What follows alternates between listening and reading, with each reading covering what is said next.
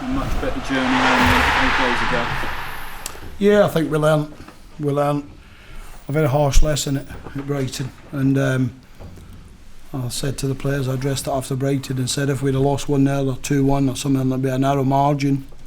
It may have papered over some things that we had to address, and when you have nights like Brighton, you remember them more than you do winning at Wembley or winning promotions. So we had a frank meeting with the players and the players to us, and it was two-way, and I felt really good when I came out of it because it was so productive. But then you have to go and put into practice what you talk about in a room, and I'm so proud of the players. The players deserve all the credit tonight, not head coach, not staff, no, and just the players.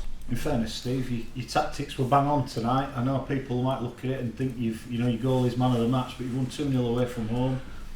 You've got it right, haven't you, tonight? I think David Marshall got the man of the match 5 minutes into the second half. He had 3 wonderful saves.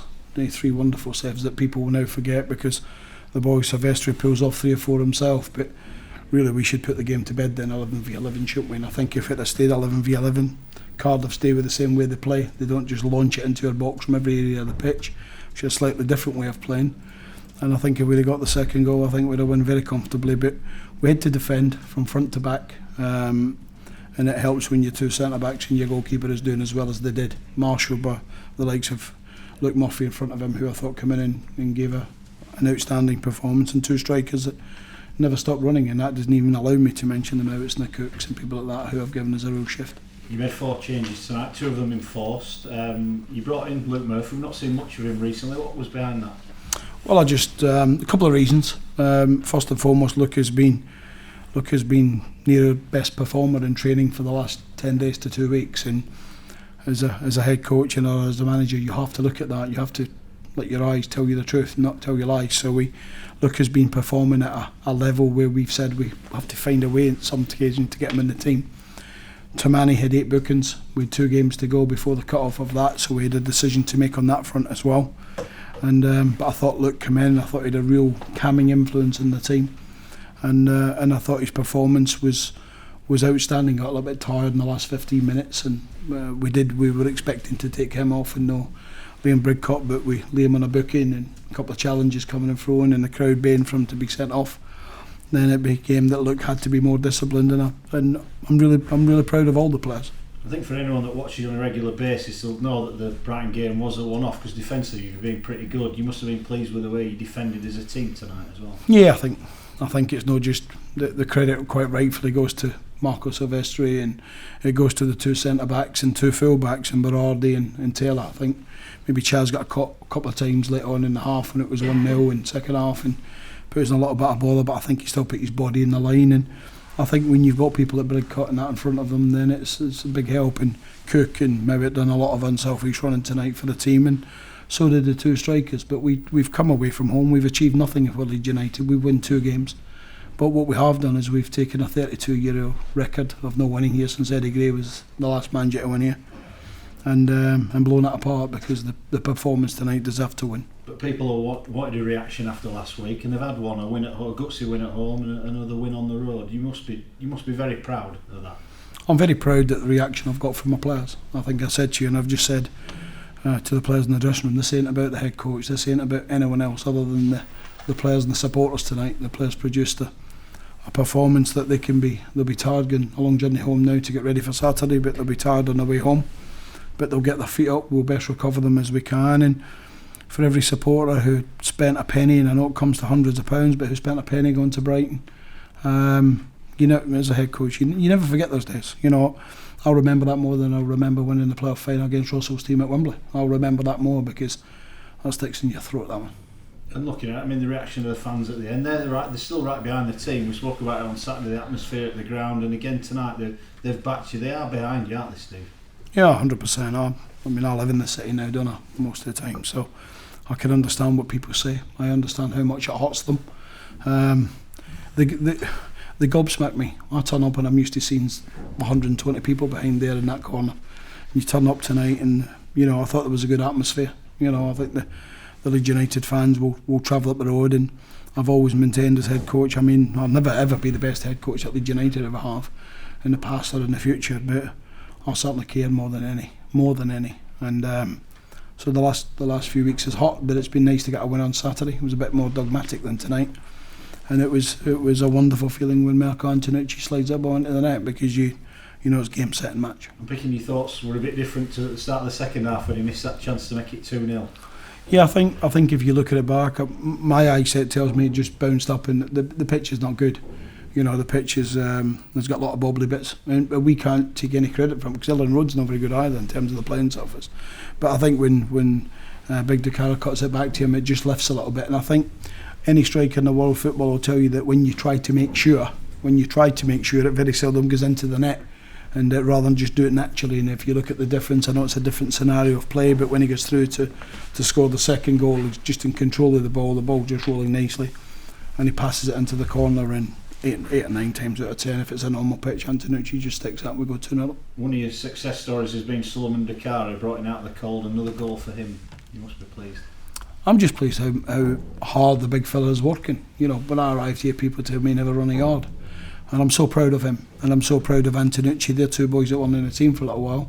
Solly forced himself in. Merkel we gave an opportunity to. We took him back out because they dropped a little bit.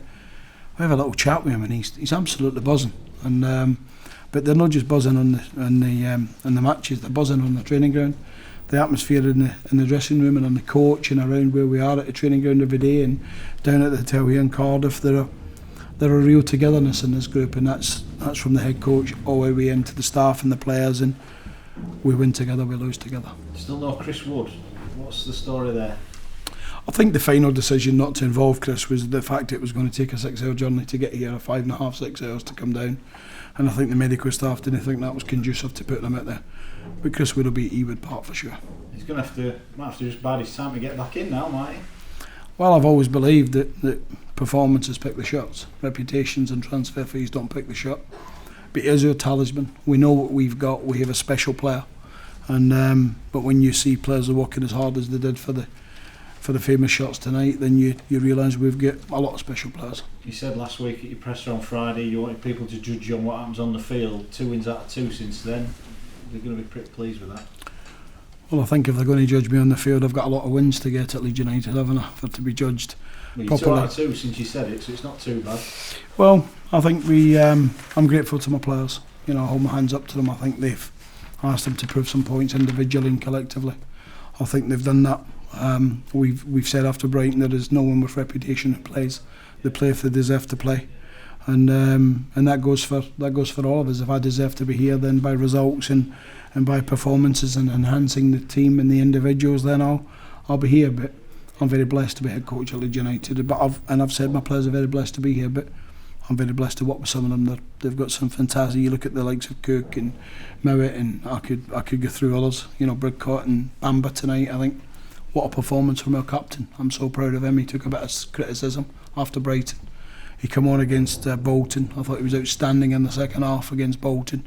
16 headers he won defensively in that second half, and I don't know how many headers, but I reckon it's more than that in that last 20 minutes tonight. And I remember Lucia will go home very tired, but they should be proud young men. Cooper and Coyle, any chance for them for the weekend? Yeah, 100%. I would expect Cooper to train Thursday to his maximum. Any doubts? We don't, but that's the medical staff's opinion.